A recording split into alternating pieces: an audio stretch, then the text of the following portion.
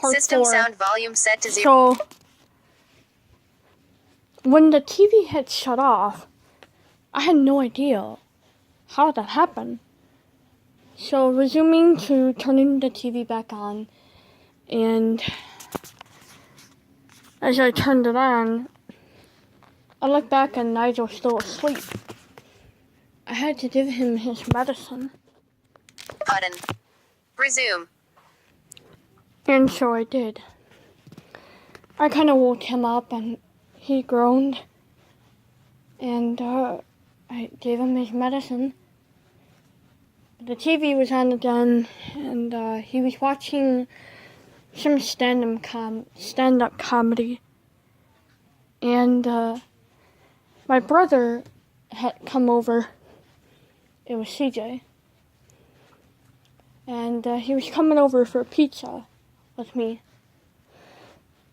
And as I was doing dishes, the radio that was right next to me turned on out of nowhere. And it turned up so high. My brother had to literally unplug it. And I started freaking out. I'm glad Nigel slept through it. He's a heavy sleeper. Trust me, you'd have to crack the dove on the back to wake him up. Or, should not say that's abusing, but literally scream his name. So, okay, take that back. That was a joke. So, anyways, you have to literally scream Nigel's name just to wake him up. But that radio, it was turned up to 200. And that did not wake him up. I was shocked. So, my brother got pizza and we were going to watch a movie. It was around Christmas. And we had the time to ourselves. And I remember my brother and I were in the middle of watching a movie. It was just around Christmas Eve. And it was the day before Christmas Eve, I remember. And 0 2 minutes 32 seconds. After finishing watching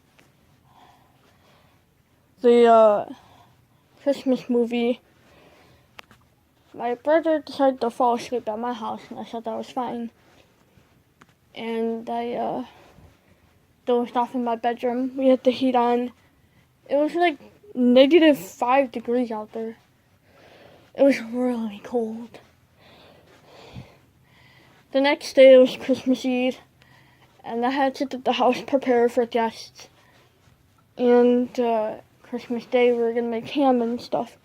But Christmas Eve we were all gonna hang out and like, I don't know, just hang out.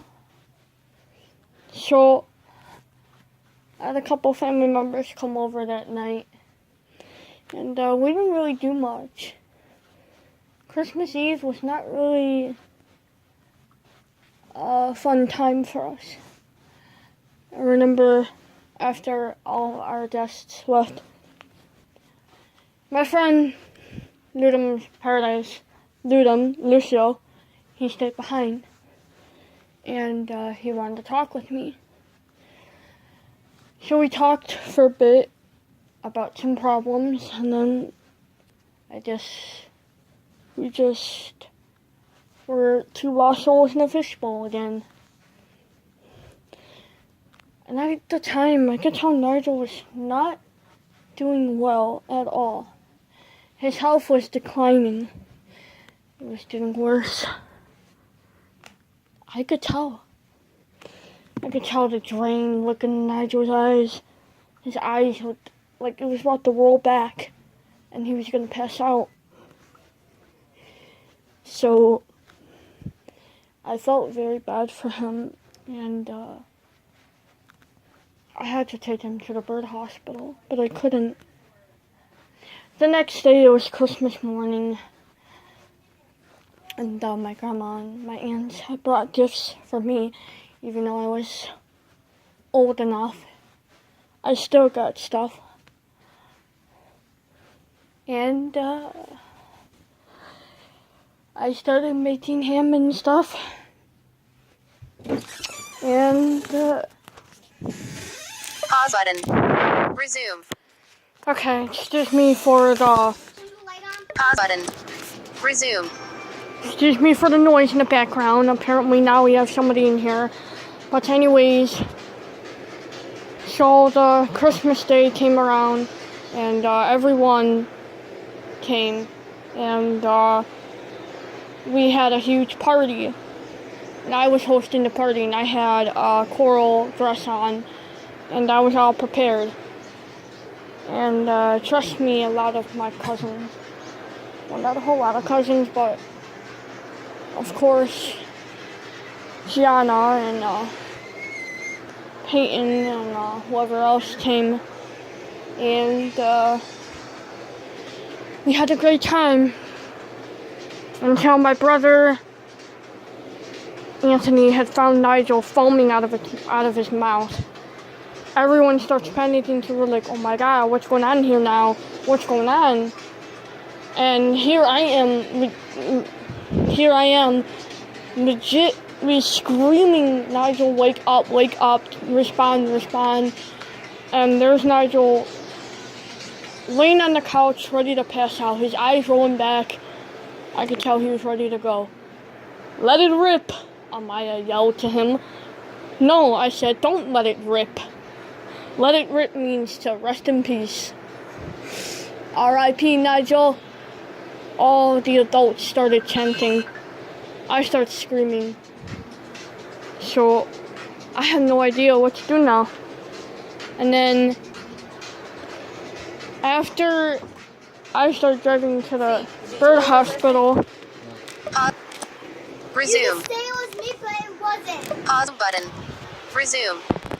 So after driving, Put a piece of baby poop in something. Resume. so after I started driving to the sanctuary, that is when I knew something was up. After everybody started cleaning up and gathering everything and wrapping it up, apparently my brother had said, oh, since now my sister left, why don't we have a much bigger party, he yelled. No, one of my friends said. We're not having another party, Katie said. Oh, come on, CJ said. Who cares? Oh, so you want to destroy her house while she's taking her sick, dying dove who's foaming blood out of its mouth, and you want to have a party when you know there's a bad situation? Katie yells to everyone. Come on, you must not care, right? She yelled. Oh, screw it, Burrow yelled. We're leaving, Gianna yelled. Go on, Katie said. Walk out. Watch, I'll be blocking the door, she says. And Katie grabbed something. Come on, just let us leave, CJ yelled. We're not letting you leave, Katie yelled. I came back empty-handed, and Nigel was going to be admitted. And I said, whoa, what's going on here? And then Grandma says, oh, you went to the bird hospital, and then we all want to have a party. And Katie keeps on yelling, no. Exactly, I said. I say no, it's my house. Well, we're out of here, CJ yelled. Fine, get out. Katie, let them go, I said in frustration. Christian, Sullivan, Nina, and Brooke and Katie stayed. And all the rest of my family members and friends had left. I needed a minute. I sat down in the dining room. I started sobbing quietly. My friend Christian came around the corner. Hey, look, it's not your fault. It's not your fault that the party went down. And then I knew something was wrong. Pause button. Resume. Christian says, don't worry. If you say so, you say so. They can't force you what to do. I know, I say.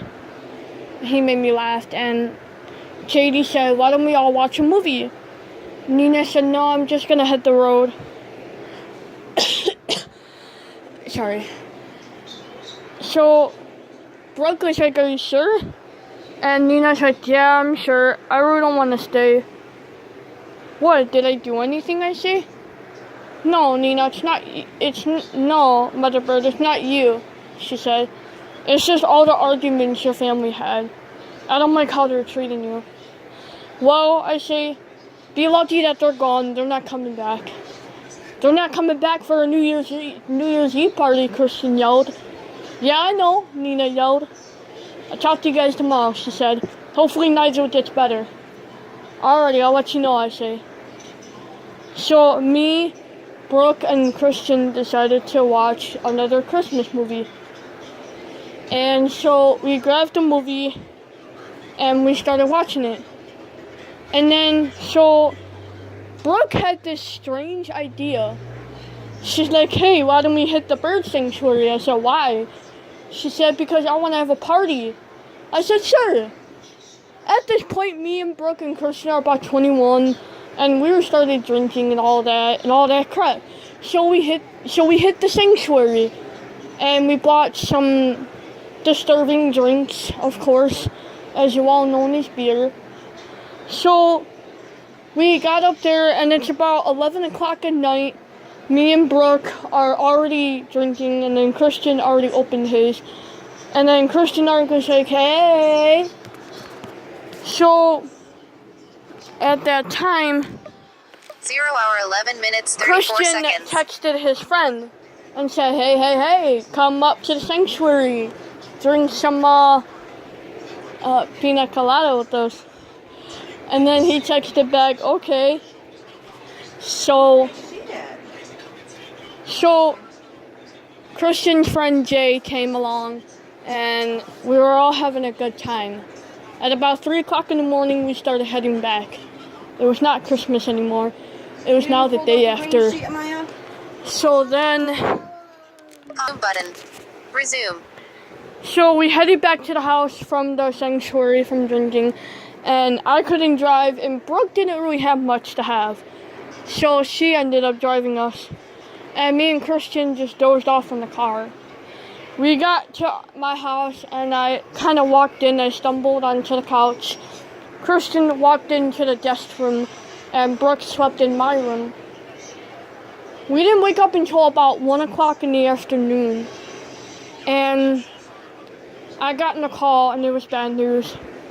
Nigel was doing poorly, and I should make my final decision of to putting him down. I felt sick, and I couldn't. I had to drive, even though I drank a lot. But I had to drive to the hospital and to say my last final words and to euthanize him. So, me and Christian drove up to the bird hospital, and we got there, and then we had to say our last words, and then I got to hold him while the nurse gave him the euthanasia medicine. And Nigel passed peacefully. He opened his wings as if to fly, and he went to birdie heaven. It was the saddest 0 time. hour 13 minutes 34 seconds. It was really sad. And I couldn't resist having him anymore. And I wanted to bury him in front of my house.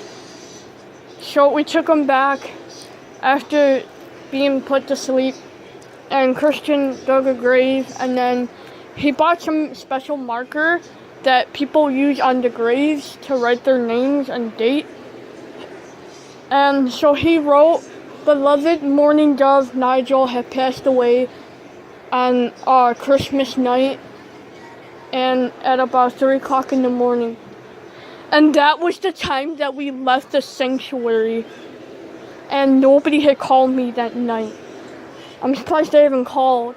Well, not really, but technically saying that Nigel was in critical condition and that I had to make my final decision. We euthanized him at about 2 p.m., got him back at 3, buried him at 4, said our last words at 4:30, and left the grave at 5. I resumed back to work and everything, but I was still emotional. 0 hour 14 minutes 54 seconds.